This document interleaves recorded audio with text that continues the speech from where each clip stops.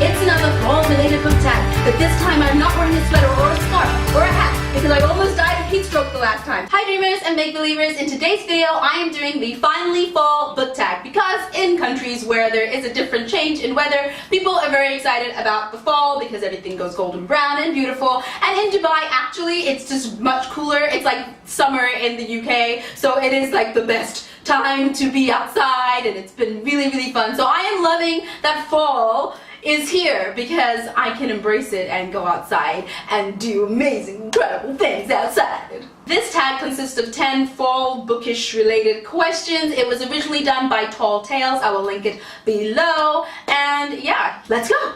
In fall, the air is crisp and clear. Name a book with a vivid setting.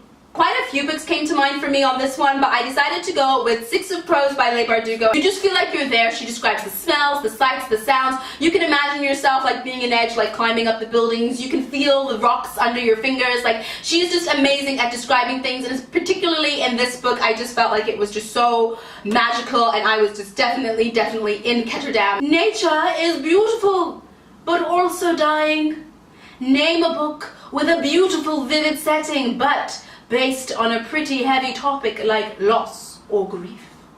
Another book for me that I really felt was so fantastically written, and I mentioned it in my review video that I didn't particularly love the story and I didn't rate it that highly. I think I gave it a 3.5, but I did think that it was magically, magnificently written, and that was Outlander.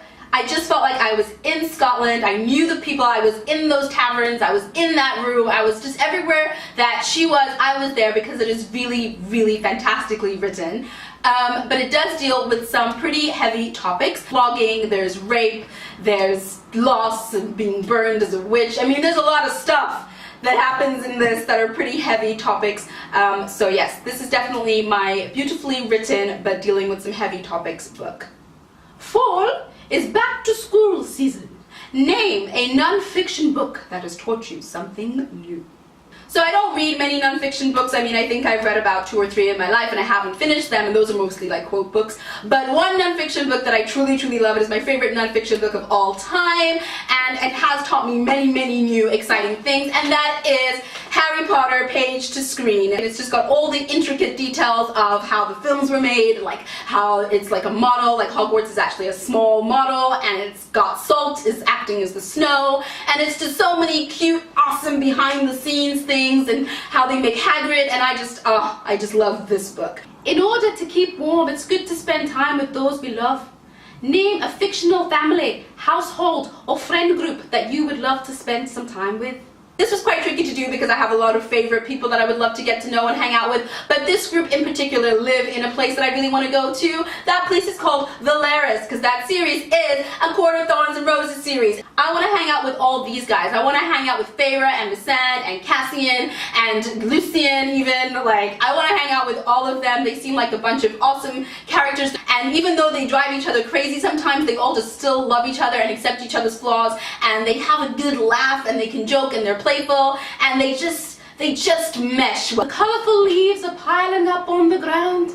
Show us a colorful pile of books. I've chosen these as my fall colored spines. You got the reds, got the ambers and the oranges and the yellows and the golds, and it's all pretty fall colored-ish spines. Fall is the perfect time for telling stories by the fireside. Share a book wherein somebody is telling a story. For this, I have chosen a book that I haven't read yet, but it is sitting on my Kindle TBR, and I really want to get to it one day very soon, and that is Mist and Whispers by C.M. Lucas. I don't know if they're actually telling a story in that, but from what I understand they are, because it is a fantasy story where there are 4 magic books on magic, written by the author who everyone calls the Weaver, and this girl travels on a journey. She goes on a trek with like a group of friends, and she tries to find the author of these stories because things are happening and this land needs to be saved, and it's all because I think, if I'm not mistaken, it's all because of the stories that the Weaver is writing for this land. The nights are getting darker. Share a dark and creepy read. So you're gonna laugh at my choice of what constitutes as as a dark and creepy read, but for me, as dark as I go, I would say that I would really like to read the illustrated version of Harry Potter and the Deathly Hallows, which is not out yet, but I think that that would be very dark and creepy to read because you'll have the images as well, and the story itself has some very dark moments of going into caves where you shouldn't go, and just, you know, a lot of death and bad things happening and people turning into snakes, and it's a very scary, like quite jumpy book in itself, and then the movie as well. I'm just like, what is happening? So I feel like the illustrated version of that book would be very dark. The days are getting colder. Name a short and heartwarming book that could warm up anybody's cold and rainy day. For this, I'm also choosing a book that I haven't read yet, and that is Adulthood is a Myth. It looks very short, it's got some cute illustrations in it, and it kind of makes a joke about being an adult, you know, so how you do things when you're young and then you don't do it when you're older, and you just grow up and you just become magically this suddenly mature person and you're completely different to how you were as a child. Yeah, that's a myth. Fall returns every year. Name an old favorite that you would like to return to soon. This is not going to be a surprise to any of you. I've mentioned it in many of my videos of how much I want to go back and read this series, and that is, of course, surprise, surprise, the Harry Potter series. Fall is the perfect time for cozy reading nights. Share some of your favorite cozy reading accessories. One particular accessory that I love when I read, especially if the AC's on and I can snuggle up under the blanket, is my cozy fluffy socks. And of course I love a cup of tea. And I have some mugs that I love to drink from when I am reading. One of my favorite mugs is my Disneyland Paris mug. This one, I just love it because it's like a magical made-up land, and when I'm reading I'm also going to a magical made-up land, so I feel like it complements my journey by being also beautiful and magical as well. Another one for the same reason is my Harry Potter Expecto Patronum mug. This one, when you put the liquid in it, gets a Patronus on it of a stag, and it also gets a Death Eater. And that is just magical. It's a whole magical experience before I even begin reading, and then it stays with me whilst I read, and I just love that as well. Another one that I love for the same magical evoking reasons is my Hogwarts mug, which also says on the back, don't let the muggles get you down. And then the final mug has absolutely no relation to magical adventure or made up fairylands, but I love it because it's big and I can cup it like this.